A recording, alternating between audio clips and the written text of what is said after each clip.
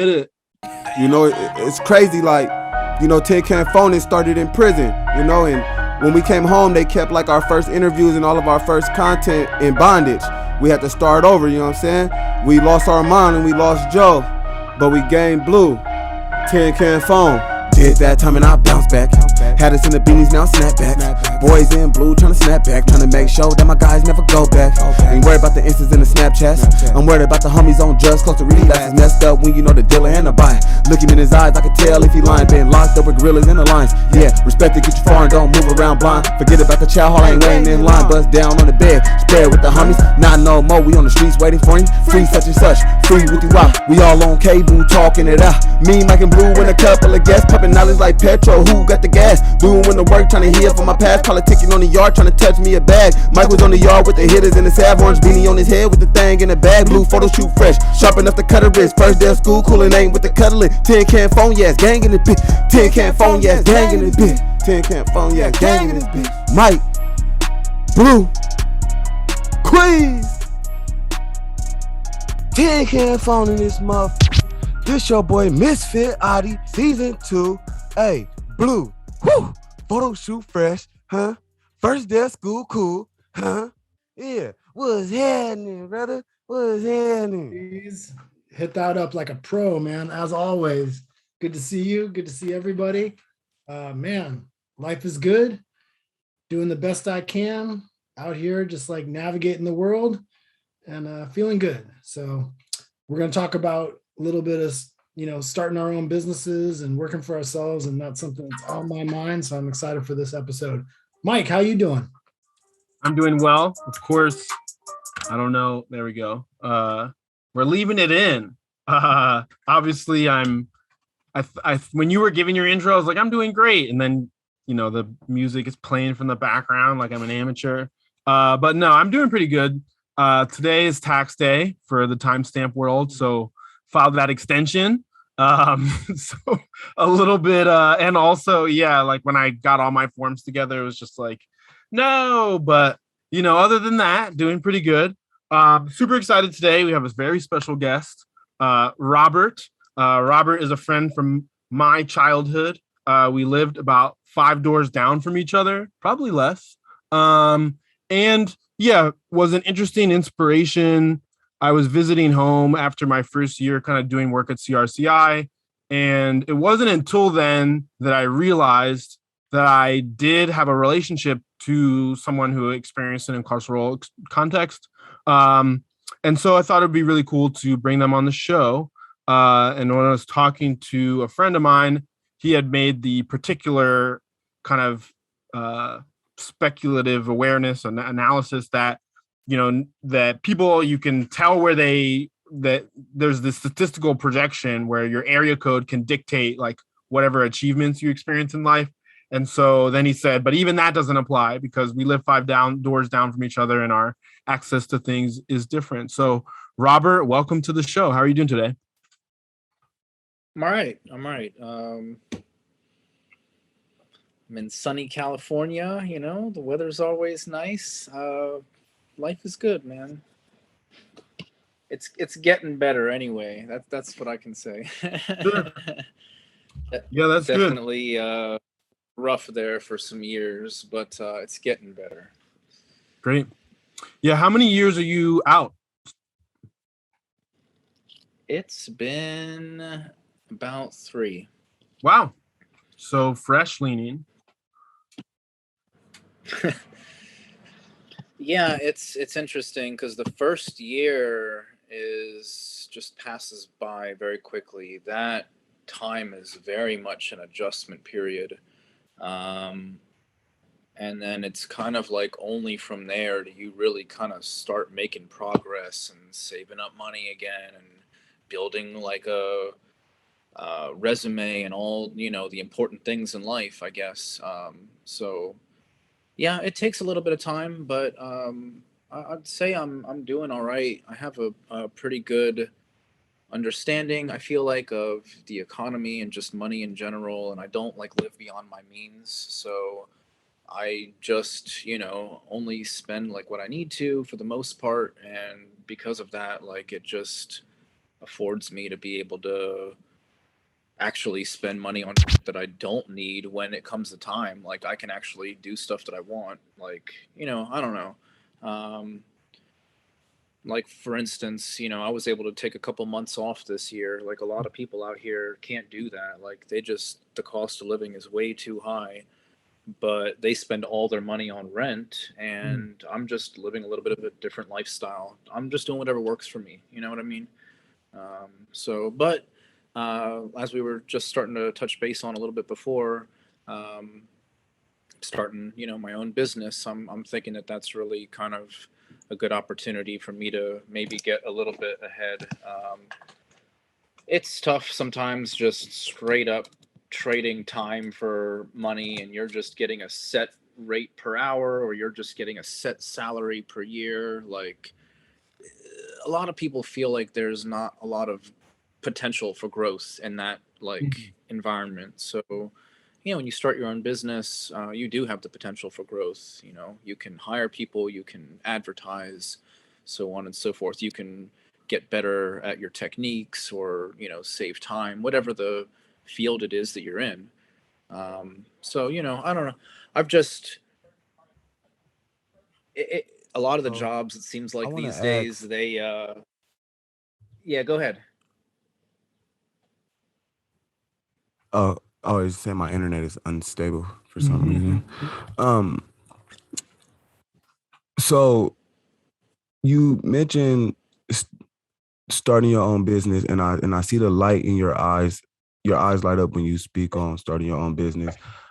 Did you already have the mindset of running your own business, starting your own business pre-incarceration, or was there a point after that you said, you know what, I'm doing it? One thing that I realized is fear usually is one of the top things that stops people from diving into or investing their all, right? But ultimately, the knowledge.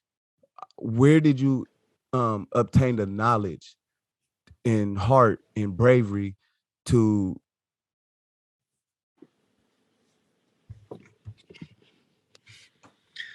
Well, first of all, I guess that's kind of you to say all of that.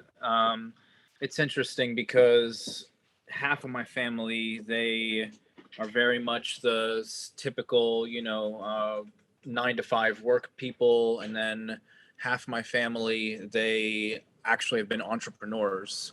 So there is some history of that Oh. around, in my family, and I feel like some of it's learned behavior, even just kind of being around them. Mm-hmm. My grandparents used to have record stores in Mm, DC, and mm, it was a family business. Everyone worked there. So my mom, my uncle, so her brother, and then their sister, all three of them, they all worked there at that record store. Um, and I knew that they were very successful at it. mm-hmm. And now I know that you don't need to have a brick and mortar store anymore. You don't need to have the overhead of a traditional store the way it used to be. Mm-hmm. It's actually a lot easier to get into business these days. Yeah. Um, in some ways, it's more difficult. There's more regulation, but in a lot of ways, it's easier because there's been so many people that have paved the path before us Yeah. that it's just kind of like the processes are simplified at this point. So, But yeah, I mean, I go ahead. so the knowledge side, you grew up able to blessed to see ownership in your family. You I think that's important because most of the time, so personally, I'm just coming up in a inner city, Providence neighborhood. We don't see ownership. We don't see even like the closest we get is our parents being able to get cigarettes and beer on credit from the dude at the store. To us, it's like, wow, they're powerful. They like we can go to the store and mom just get that herself, with no money type situation, not really understanding what it looks like. So speaking on your area code dictating your success, um, I wonder. Always with the wisdom over there, Queez. Huh? That always with the wisdom over there, Queez. Yeah, well, it makes me wonder, y'all grew up so close to each other, right? The area code, but the knowledge of seeing ownership, recognizing ownership compared to just seeing the drug dealers or the pimps or the hustlers or whoever being the ones that be the influence. So I wonder if how much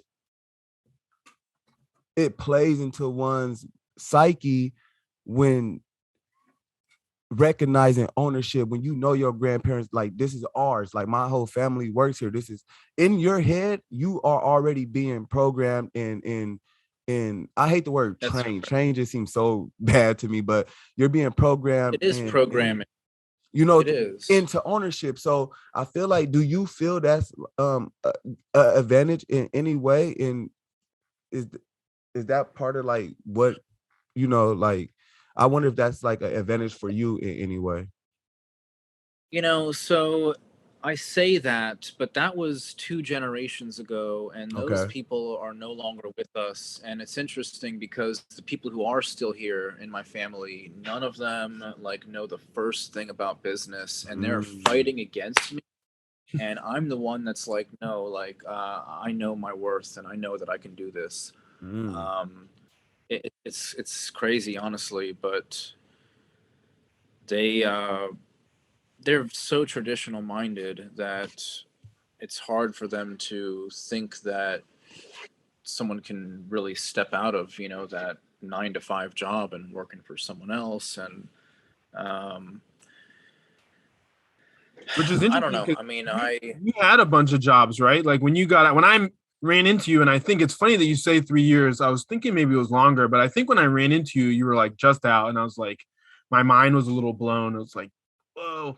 But you when I saw you, you were like, I gotta get a job, I gotta do all this stuff. And you were like very eager in a way that, at the time I had spent a lot of time with guys inside, and you could see the difference. And like some guys were even like, I see my slip ahead of me, like they just couldn't even, what does that mean? like they knew So that what does they that were mean? gonna fuck it up somehow. Like they were struggling. And so it's totally different with when I saw you when you first got out. You were just so tenacious. So between when you got out, you had a bunch of jobs. You want to talk about that a little bit? Or I'm actually curious to hear you talk about it and have the guys. I'll actually cut in a little bit Yep. because you're skimming past an important issue. Hit it. I actually had a lot more drive beforehand. Forced to be sedentary for the better part of a decade, and it's just simple physics. A body in motion stays in motion, a body at rest stays at rest. For years, literally the most exercise I would get would be walking from the bed to the toilet and back. It's like it was fucked up. Because anytime that they would like let us out, basically like there would be like stabbings, and then the whole thing would just get locked down again, and like it never got better. Like it didn't matter how much time had passed. It'd be 4 months, 6 months, a year. It doesn't matter. As soon as they let you out, like everyone's coming back like with red all over their shirts. And I didn't even go out there, honestly, like because they're just like letting like 200 people out into like from their smaller cage to their like bigger cage. And I'm like, and they're calling that recreation time, and I'm like, I don't get anything out of that. So like I would just like, I didn't participate in all that, honestly. I kept to myself. I never fed into the culture. That was a big thing. And I had family at home, so like when I could, or when I did, like I could speak to someone on the outside world. I could keep like my mind, like have some sanity to it. Like everyone got wrapped up in like just what's right in front of them, and they can't see like, look, this is just temporary. Like this is just a temporary condition of man. Like unfortunately, this is the condition you're in. Not for everybody. Man. Don't not, but look, not even people who got life. Some people sign up for a lifetime back and forth trip. You know what I'm saying? And it's the do what I know best mindset. I always talk about that because when you go out to do what you know best, you're gonna end up where you ended up last time. So a lot of guys, that's where their identity I've come heard that from. so many times. I've heard those words. Sorry, I didn't mean to cut you Yeah, off. no, But you're right. But a lot of guys, that's where their identity are. Like I try to explain this to my partner too. Like there's a saying, I'm gonna go where I'm celebrated, not tolerated, right? right. So when you Yeah. go in there, some guys, that's the only place that they're like fucking the guy, you know? Oh So yeah, you can be anyone you want there and because then they there's get it's so hard to check on, like, fact check on well, you. So people just not even just that. It doesn't even have to be that. Because I say we, and I say we because I just am a representation of the boys, the guys that's in there. Like, even though I've been home, like I am them and they are me. So I say we. And we are okay with standing around and lying to each other and just telling stories. You know what I'm saying? And that's where the first origin of Tin Can Phone came from, is a Great American Stories, because literally that's what we do. We stand around in these circles in our groups and we lie to each other about the shit we was doing out there. And we are okay with that. And that's where my change came from. You know, like that's when I signed up for college and started doing all the schooling and different things, because I was like, why would I know you capping. I know you lying. Why would I just go to the yard and just sit here and lie to each other about what we was doing, knowing neither one of us was doing the things that we're saying? You know what I'm saying? But some people, that's their, man, that's my guy, whoever. Like, you're back, bro. You're no. home. You know, and that's where they I was celebrate it. studying and I was trying to better myself, but I hear you. You're Yeah. right. People are But the then some largest choose to go to of them school, some choose there. to go in there and you know, some people say it's we say it's a tour. You know what I'm saying? Just like going on a tour, we say it's college, you know what I'm saying? Because some people could go in there and who has an identity, who already know who they are, who's not persuaded by the culture of what it is. Boredom though, and everybody know boredom, idle hands is the work of the devil, right? You get bored in there, like it's a lot of boredom, so you have to entertain yourself, right? I It's got it. Go ahead, Blue. No, go ahead, jump I in. guess I was just thinking about that because I felt like boredom was something that I wasn't going to allow for myself. Mhm. So I figured out ways to get involved, and I'm glad I wasn't on the same yard as you were, Robert. That sounds brutal, but Yeah, in Oregon, it doesn't really roll that way most of the time, luckily. yeah. But I was wondering about the job you're doing now, and if that's something you could have envisioned when you were on the inside. Was that something? Was the thing you're doing a reflection of the thing you were practicing to do or dreamed of doing? Because I'm having an experience where, like, I decided to put the stuff that I tapped into on the inside, which was mostly art, and I'm having an opportunity to kind of put that out there in a way, and maybe even a way that Michael kind of brought my awareness to. Something that I always wanted to do, kind of like, was to create social practice and to engage people in their own creativity and engage with people. So I'm getting to do that, but I guess I'm interested to know if your business is something you could have foreseen.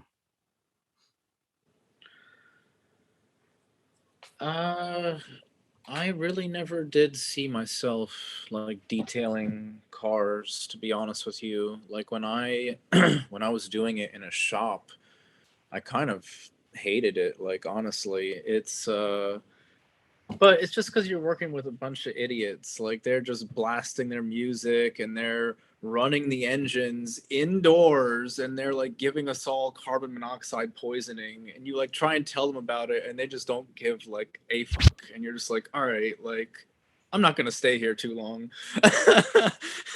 Like you all do your thing. Like I'm just gonna learn and I'm gonna like go my separate way. You know, it's like I don't know, but it's always better like when you can do things on your own time, like and in your own environment, I guess.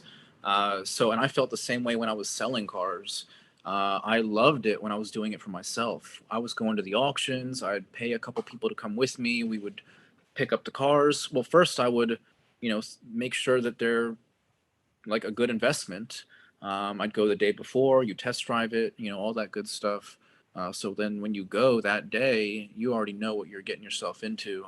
Mhm. Um, And I used to actually enjoy selling cars when I was getting it myself. I would be part of the process, curating the inventory. I would fix it up myself. I would have a little bit of pride and like, that when I'm going to sell it, like I knew that like I fixed this up, that type of thing. And I didn't ever pressure anyone when they would come to want to buy something. If it was the fifth person that I showed, so be it. But when you're working for a dealership, they don't treat it that way. They treat it like every person is like do or die. Like if they're walking out the door, like they literally want you to run after them. Like that takes all the fun out of the job. Like that's like not a position I'm trying to put myself in life. It's you don't have any control over like the leads that come your way, over the inventory, over your commission, any of that stuff. Like when you're working for someone else, and then you're completely disposable. How many dealerships have I worked for, and they just, as soon as management switches over or something, it's like I'm looking for a new place to work because they decided to, switch all the staff over, and it's like, man, I get tired of having to constantly reinvent myself, it feels like. So I've wanted to be a business owner for some time, honestly. But no, I didn't see myself doing this. I wanted to, well, selling cars is something I would always want to do, but that's going to take some capital, some like investment. And like as far as auto detailing, there's like a low entry cost. So I can start there. I can just do that and earn a little bit of money, and then I can hire people and I can walk away from it, and then I can move on to other things, and that will continue to generate money for me. So if it's like $60 an hour, if I'm hiring someone, maybe they do it for me, and then I'll maybe get $30 an hour for the work I'm not doing. That's good. So That's a good wage for someone. 30 an hour is like killer. Especially for playing middle. Yeah, well, actually, it's making 60 to 100 an hour, doing that kind of work, which is basically what it pays. So it's a lot of equipment involved, and you have to have a lot of know-how. You have to know not to like damage people's stuff. And actually, it's interesting because when I went to get the insurance for the company, it's like basically covers if I cause any damage to any vehicle. It was only $280 a year. And they didn't even ask me like any questions hardly. Like it was just, they're just like, yeah, no problem. We'll like cover you. It's like, all right, like no problem. And you only had one spoon and one Tupperware for 10 years, you like have one thing, and you have like one thing you get in like on the inside, and it's like, oh, I got this thing. And now that I have it, it's the only one I'm getting because they're never going to sell this again on Canteen, like you got to make that last for like forever. Like I have like a rag that I used to wipe my drawings off with, is like a towel with like a hair tie on it. I still use it, It's like, if you lose a brush. I didn't know we were bringing props to this. Oh, you know what I mean? Man. It's fun, right? Like we know how to take care of stuff, right? Sure.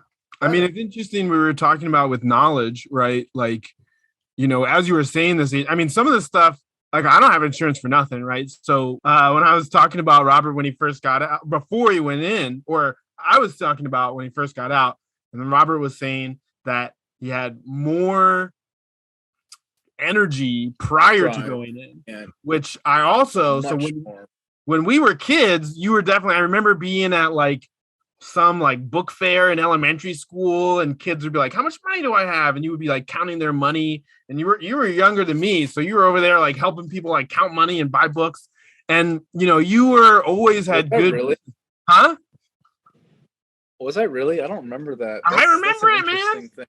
I mean, right. And so it's like, that's what I'm saying. You really had this certain kind of drive as just a way that you were. And so it's interesting that you're describing it as being like, destabilized by the time inside. And then here you are out again, 3 years out, you're starting your own business, you're getting insurance, you're, putting yourself in a position to employ other people. And that's like uncommon, as Queaz is saying. It's like, you know, you really both nurtured that inside in a way. I also want to respect that.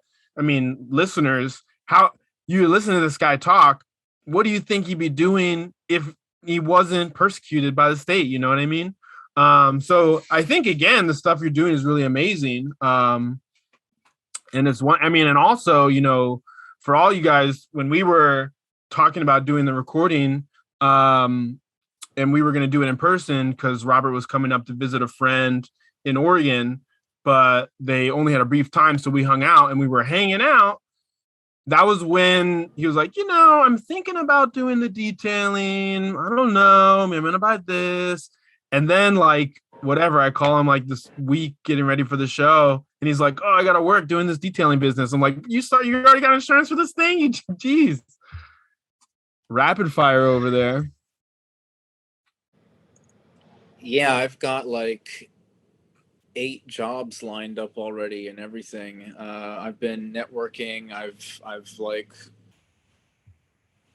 done a few jobs and people saw the work, and then also just from people that I've met and knew around town. And yeah, it's and whenever they are interested, it's not just for them. It'll be for, you know, their significant other. It'll be for, you know, they've got multiple vehicles. And it's I don't know. It's weird out here. Like, you don't there's no way to really do anything for yourself. Like, people don't have houses or driveways, or you can't use water.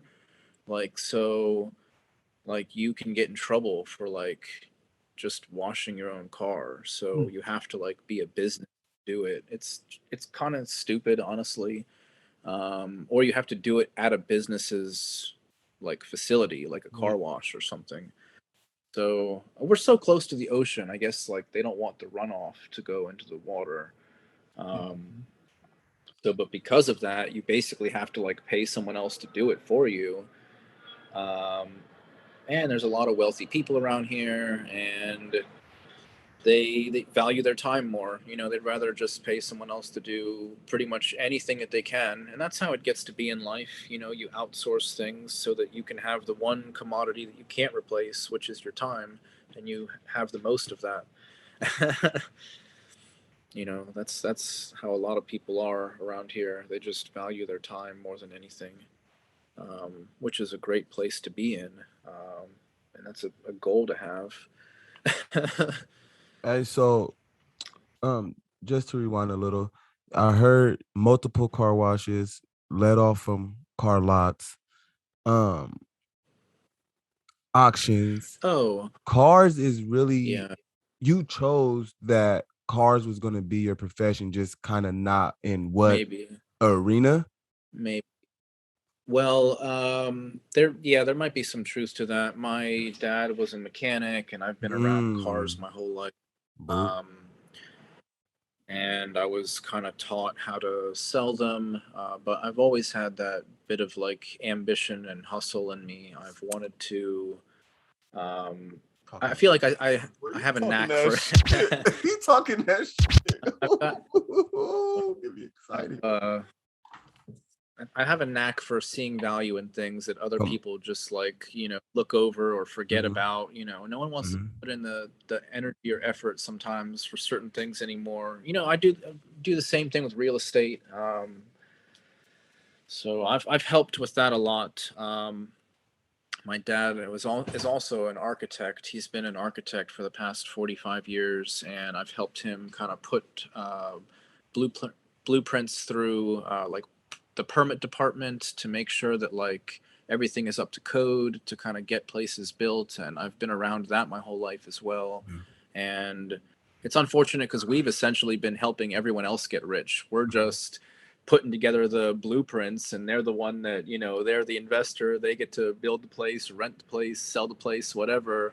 And, you know, we're just getting paid for a measly job. And it's like the whole time we've just been dreaming about it, really, like wanting to do more. I was going to actually touch base on something. I felt like somehow I forgot to say it, but my immediate family, my dad's, you know, basically like the opposite, right, of an entrepreneur. He will talk about, anything and everything, and kind of like put the idea out there, but there's no action behind it. So it's like everyone's afraid to kind of like put in that time.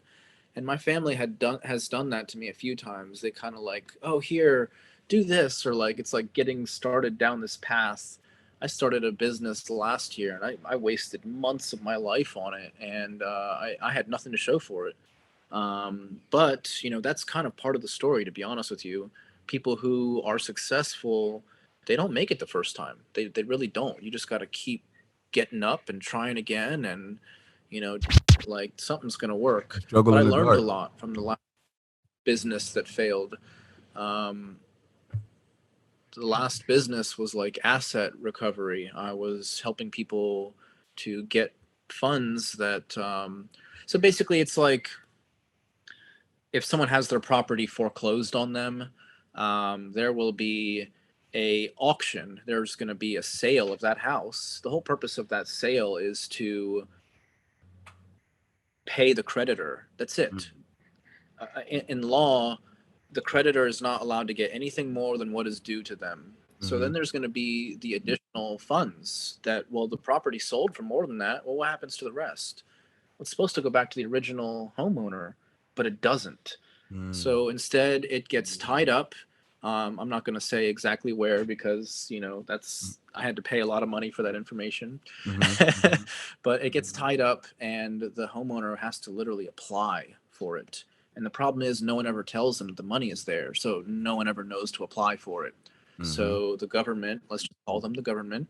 Obviously, it's like individual agencies, but they just they get to keep the money. They look at it as like it's abandoned at that point. And people are losing their life's fortunes. And so I would basically just reach out to these people because it's public record, and I would just say, hey, like, are you aware the funds are there, and like, do you need help recovering it?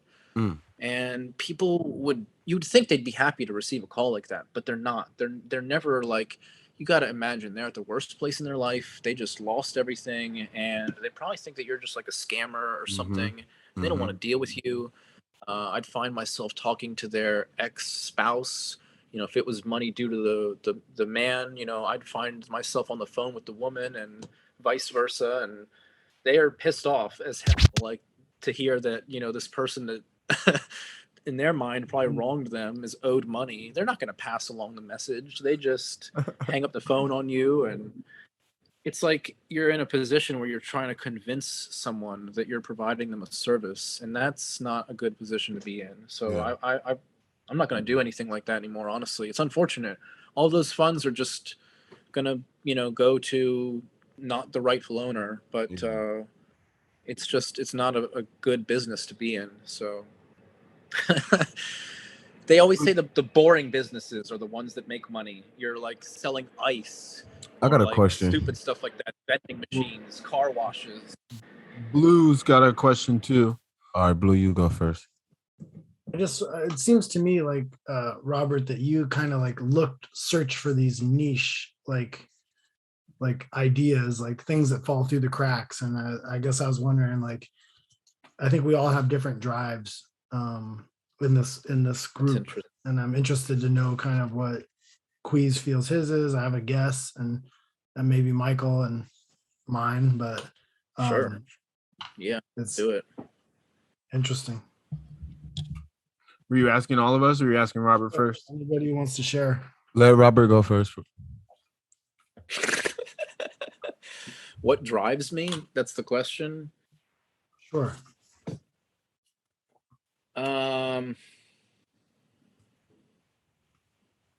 You think about it. I think I might know mine. Sure. And maybe, I mean, it's sort of like in the room, right? And I think I think in ways I have known it and been working towards it for a long time, but it's never been like more clear and like present in a way that feels tangible. But, as Tin Can Phone grows and as Gallery Blue grows, I mean, I just got funded for Fred Hampton Summer Camp Year 2. And so I'll be able to offer to more kids than last year, totally free summer camp. We're going to hang out. We're going to eat food. We're going to learn about history. And so, and it was, it's interesting. I never actually have offered a paid program. It's not even a part of my ethos. If you are experiencing my work, it was some kind of free to you. And so I just really, and it feels good, right? And so I think what drives me is like growth, prosperity, imagination, and just the general feeling good and having a full belly and being able to like do and have and enjoy that with other people. Often I think it started with people close to me, and now it often includes people who start as strangers to me, at absolutely free cost to them. And so, this show is a perfect example of the listeners of this show haven't paid for it, and the participants are being paid for it, and some true, real, I hope some social justice action is happening as a result of it. So my drive is I'm trying to take out the whole swarm of birds with just a pebble. Or no, I want to feed all the birds with one bag of rice that is good for them, because rice will make birds die. Queaz, rice kills birds. Yeah, I know, not rice. It's bird food. I'm feeding all the birds with food for birds. Okay. We all eat. Queaz, how about you? What's driving you? Like, when I thought about the question, the first thing was like, my kids. And then I thought like, nah, because ultimately I could just get a job and take care of them, and just like the bar is set so low in the hood, like where I'm from, just like having a job and not being in jail is like, he's did it. Mama fucking made it, right? I could say my kids, but like that don't really drive me, because just doing right and being here, that's like, okay, I do that. It's the dead ones, you feel me? Like, it's the dead ones, the ones that I knew was living a certain way. And like, I'm just like my brother Ben, right? My brother Moon. It's like, it's people who like we all come from the same thing, but they were able to recognize, and we jumped on our path together. We jumped on our path to growth and change together, and they got clipped. You know what I'm saying? That's why I don't do no drugs right now. Like, I used to be rock star Queaz. It was really the rock star with me. And all my brothers all died of overdose in 1 year. You know what I'm saying? Like, all my brothers came home. All these is the ones I was on the yard with that changed my mind. Like Misfit, Ben called me Misfit. He told me, like, you don't fit in with them. Like, you on the yard thugging, they smoking. I'm not smoking, but I'm in the circle with y'all. Why y'all smoking? What am I there for? Like, Ben just like, bro, you don't fit in with them. Like, he seen my education. He seen my potential when I didn't, right? So he's somebody that I really do shit for. Like, because sometimes I be feeling like, man, my family good, my immediate family good. You know what I'm saying? My son good, my daughter good. Like, I'm cool. But I feel obligated though, because I'm like, bro, he really reached out to me. One, understanding prison politics and this being a white man and me being a real thug like I am, like we don't match, we don't mix in there, right? So for him to step outside of everything he had, all the politics, and for me too, and for us to build what we built in there, but he was like, go to school. He told me you could write a thesis paper. I'm like, what the fuck is a thesis? You know what I'm saying? Like, what? Like, this don't exist to me. I don't know what you're talking about. It sounded foreign, right? I found out I was smarter than I was. So it's the dead ones, it's the Moons, it's the Bens, it's like the Queazes, it's like the ones who were on this path and who like Ben said, you gotta live in the world. You gotta live like you would like the world to be. You know what I'm saying? Like, so for my kids, I need to change the youth, because that's who my kids is gonna come up with. Like these other dudes who's getting clipped and who's living a certain way, I gotta reach them, because they kids is who my kid gonna go to school with. You know what I'm saying? And if your parents ain't shit, you for sure ain't gonna be shit. In a sense, that's a metaphor. You know what I'm saying? That they're not gonna be educated enough to teach you the things that you need to prosper in life. And you are who my kid is gonna go to school with. You are who my kid gonna, grow. Like, I gotta worry about what your people is teaching you. So if I live a certain way and I know that my kids is living a certain way, I got an obligation to live like this and to like speak this message, and like my dead ones, you feel me? Like, I gotta push that message that they was pushing and keep living how we was living, because it's easy to fall off, but they don't got another chance though. You know what I'm saying? Like, they don't got another chance. They can't wake up and just be like, all right, I'm gonna get right today. Like, they gone.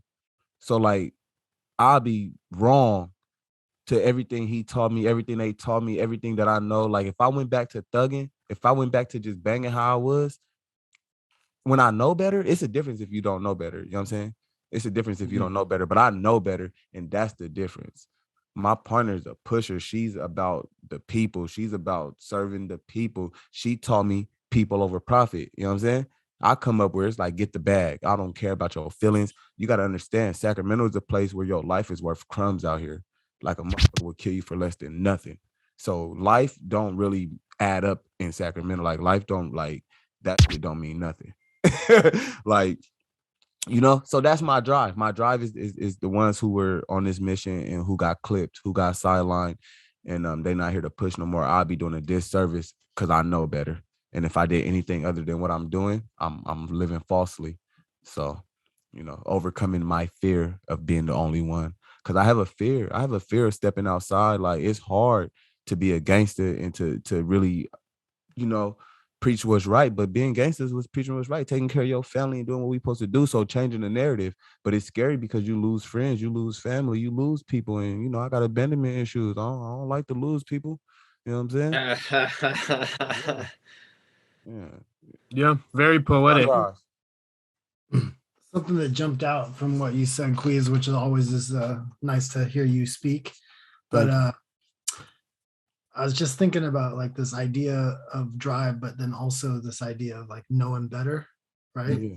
Like, despite my circumstance, you know, and going to prison for something I didn't do, I still knew better, right? And then after spending time like introspective, you know, like figuring out what type of person you want to be on the inside, if that's what you did, or like what do you want to improve and what do you want to do in the world. I didn't have any like ideas or plans to start a business or ideas and plans about what life would look like, but I knew who I wanted to be as a person, you know, and that informs all those other things in a way. It's like when I'm going to do this thing, I'm going to do it my best. And when I'm going to do it, if I tell somebody something, I'm going to try to follow through. I'm going to do the best I can.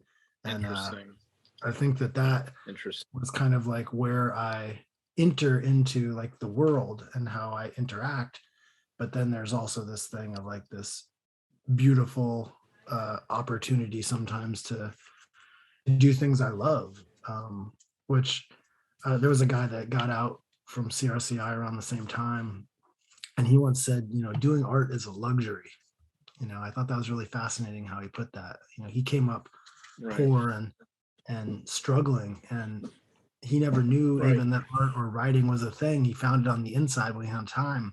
And later he kind of articulated that. It's like, all right, I get that. And so to have that luxury is beautiful, but I also know it's part of like my health and my like well-being to do art and express myself. But yeah, that's something that jumped out for me. Fascinating. Hey, FYI, art is life-changing, by the way. Like we're doing it. Yeah, and I said that. You remember that wall we built, Michael? Me, you, Larry, Lofton, and Ben? Yeah. That was my first real project, like being a part of something. I was so scared. Like I didn't know what to put on it, right? Like art is life-changing. So Blue, what you doing, like you really changing lives, bruh. You give people an avenue to express themselves. A lot of people be afraid to put their work out there, and it's great artists, and they be so scared. And through Blue Gallery, you show people, even from being on the inside, when Michael was like, we taking it out and it's going in the gallery. We like, it's going in the gallery. People from the street gonna see it. Life-changing. Like people literally would like not get in trouble. Isn't like, that nice? That's a nice feeling. It's the same feeling as being a business owner. You're creating something and you're putting it out there into the world. Yeah. It that manifestation of like a business though, and maybe you can speak on this a little bit, Robert, but and it's like gardening. When you plant the seed, the love that it takes to go into it. And I think if you haven't gardened or if you're not into gardening, you're not going to truly understand, like, those plants need love for real, or they will grow tiny and skinny. And same thing with your business. And just a little bit on top of that, you said your family were the opposite of entrepreneurs. how was it jumping in and being so passionate about being your own boss and creating a business, but also knowing, dang, my family, like, it's like the best thing for you is also causing like a rift with your family. How is that? Yeah. Well, I grew up around everyone is just taking the traditional path to college. And really, to be honest with you, it just still puts you right back to a traditional 9 to 5. You're just maybe getting a slightly higher salary, but Mm-hmm. then you also have all the student loan debt. Mm-hmm. So, a lot of people still feel like they get stuck doing that. And the same thing. Let's say you're making a little bit more per year, but that's it. Like there's not a lot of growth from there. Mm-hmm. And so even that really isn't the path that I wanted to do for myself. Um, yeah. So talking about motivation, it's almost kind of like a lot of people I hear this from. They don't want to be their parents. Essentially, they want to you know you learn from them in the sense of like their mistakes and not to do the things that they do. And yeah, like my dad is like he's so in his head about his ego that like he he won't even start a thing because that way you could never say he failed. It's like God forbid. It's and to his mind, it's better that he never started. So he's too afraid to even start. And honestly, I feel like that's something else that kind of maybe the jail system and the courts teaches you a little bit too. Like if you don't somehow find yourself throughout all of that, then yeah, you might very well stay lost because that's it. That's your time to really do your soul searching and everything. Um, and I feel like I found a lot of things during that time. I never had a good relationship with my family at all. We never wanted to talk to each other or anything. And it wasn't until I spent years away from them till we finally were like saw some value in like wanting to talk to each other. And it's like through that only that we built a relationship with each other. Wow. Um, Yeah. I Wow. don't know. That's super interesting. We all like it's not uncommon in this show where we find like diamonds in the rough, and it's kind of like tough. We're not like, yeah, thanks, jail. But it's like I wonder how these things could happen without being so terrible. Like Mm-hmm. in this episode, Mm-hmm. we heard everyone covered in blood. Like how does that part get removed? And like the part where it's like, oh, I really found my purpose and connected with my family. It's like, oh, can we figure out how to do that? Which we've got good time to explore one last topic, I think.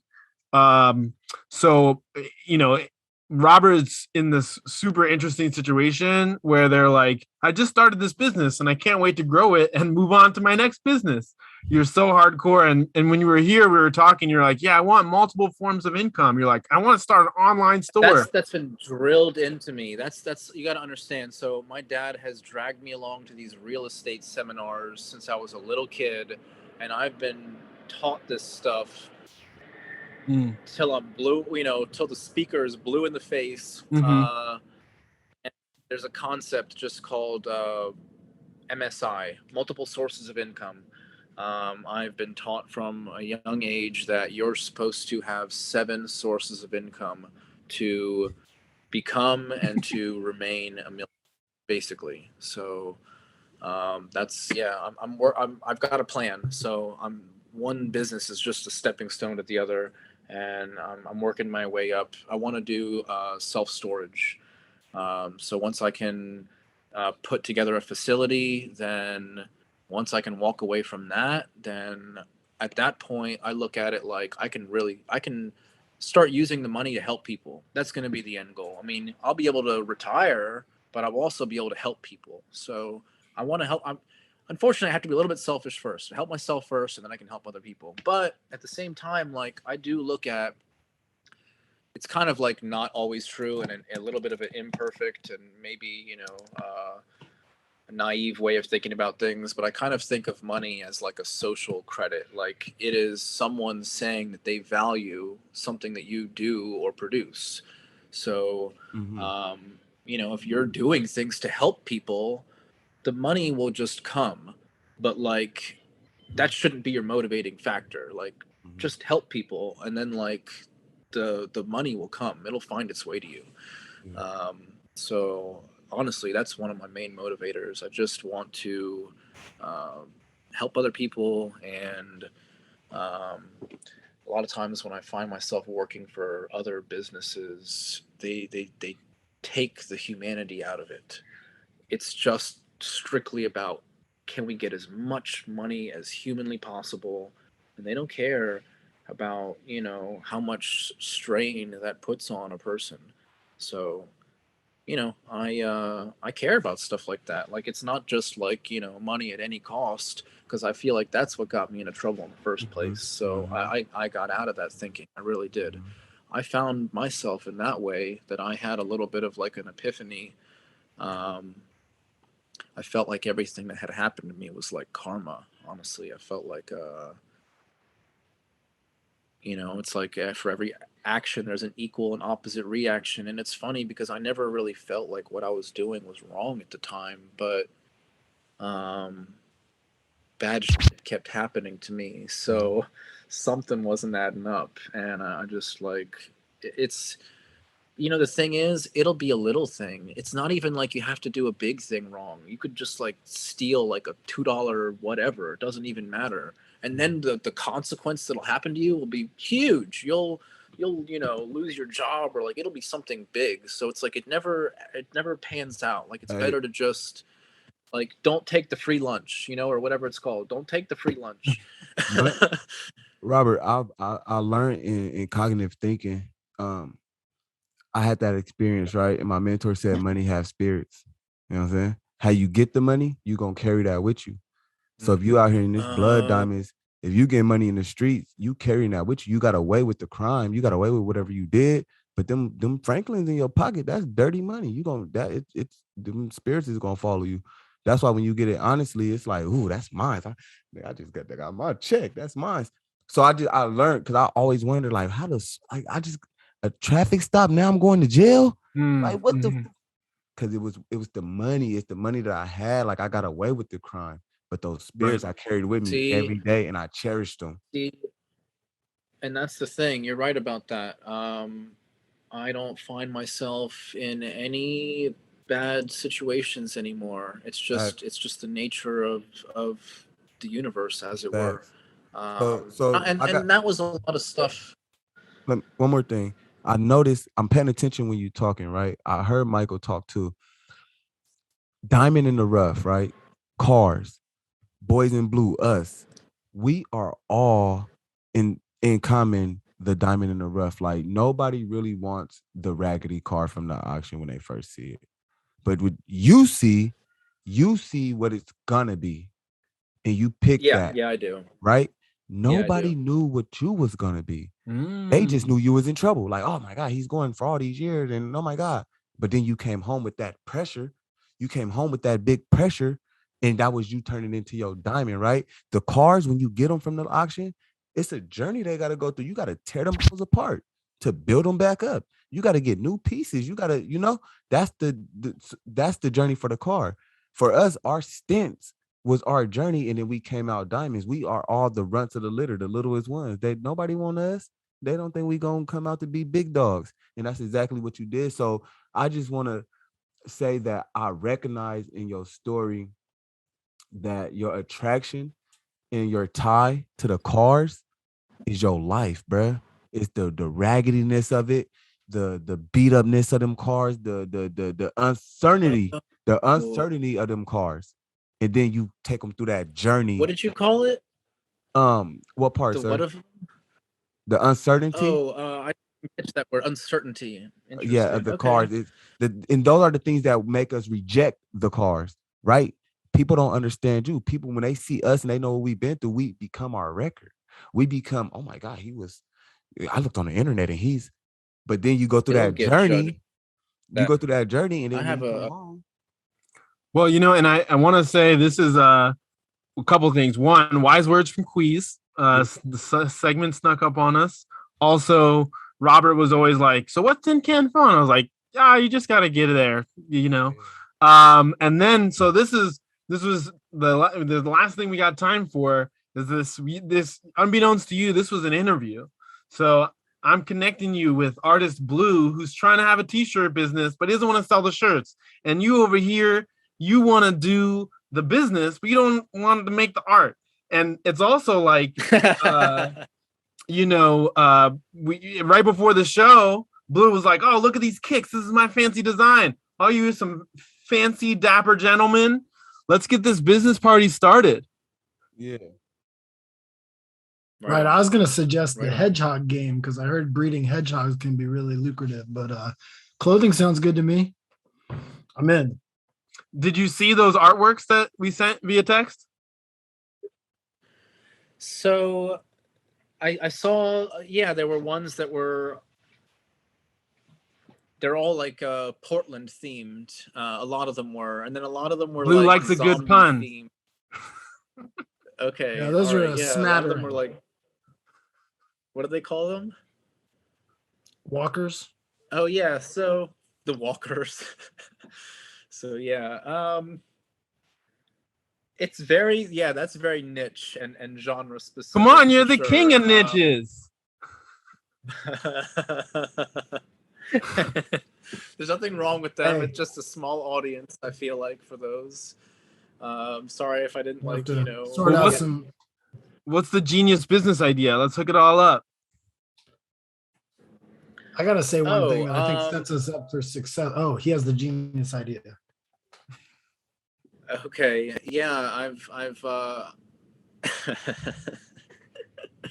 I'm trying to set up like an online store. I would know basically the theme or the type of items that I'd like to put in there. Yeah, I mean, if someone else has any time that they'd like to kind of put into that, we could talk about it when it's not being recorded. I don't want to keep it on the DL full. Yeah. Yes. But yeah, I love it. Well, what I would say too, if you do like a online boutique, so that you could sell other people's stuff too, like people could. Yes. Yes.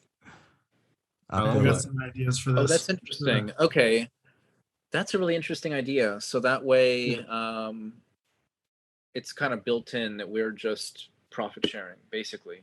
Well, yeah, it opens you up to not only have to sell your products. Then you could get contracts with the Nikes. You can get contracts with different people. If you got street people who have clothing, you got room for them. But when you like do the store, it's kind of like, what are you selling? Your stuff, and then you also helping other people. How does that work? That you're allowed to sell someone else? You say that you curated it? It's a special selection, or how? No. Listen, all you got to do is get a contract. You could just we had an online boutique. My uncle, free him. Yeah, but we had an online boutique called Agape, which is unconditional love, the love of God. Agape boutique, right? So we had a contract with Adidas. We was going to the Adidas in the Nike employee store, right? And we got a contract with them, which was it was kind of a handwritten thing where they sold us things in bulk, right?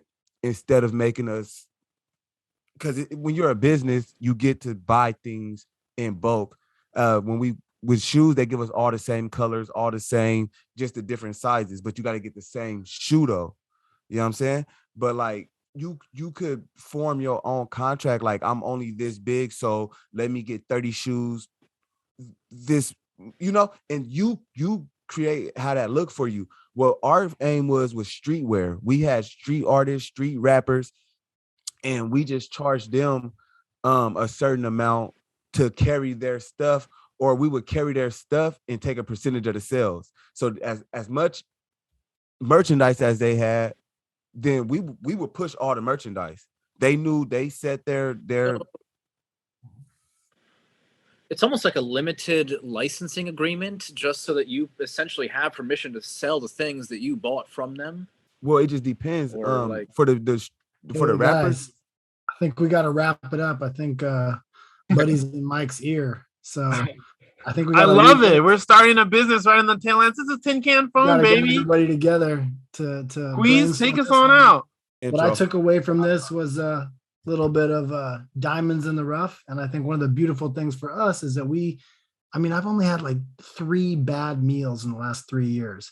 It's like anything's good. Like we get to see the beauty in things that other people might walk past. That's a gift that we got. Yes. So That is very we gotta much keep true. surviving and seeing the world through that lens. I used to be happy, I don't need to make when somebody says they should be making $25 an hour or $50 an hour, I'm like, what? Really? That's tough, man. That's a lot. That's when I went inside, that was like master's degree level, So Thank you for Love that, it. Blue. That was The beautiful. new I ain't normal. gonna lie. That was beautiful, Blue. Thank you. Final thoughts from the Queaz. Believe in yourself. Invest in yourself. Understand that even the ones close to you ain't gonna invest and believe into you until the world does. Yeah. You know what I'm saying? Don't never Yeah. let with somebody else. Their fears, people will place their fears on you about your business or about what they're scared of. You can't listen to that, man. You know what I'm saying? So, believe in yourself, invest in yourself, because if you don't, who is? Love it. Until next time. Gang.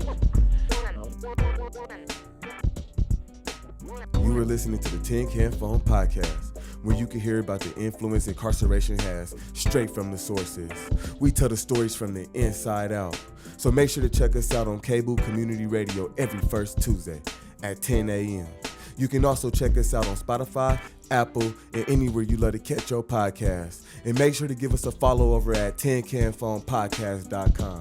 And follow our Instagram at tincanphonepodcast. This Misfit Adi signing off. Hand.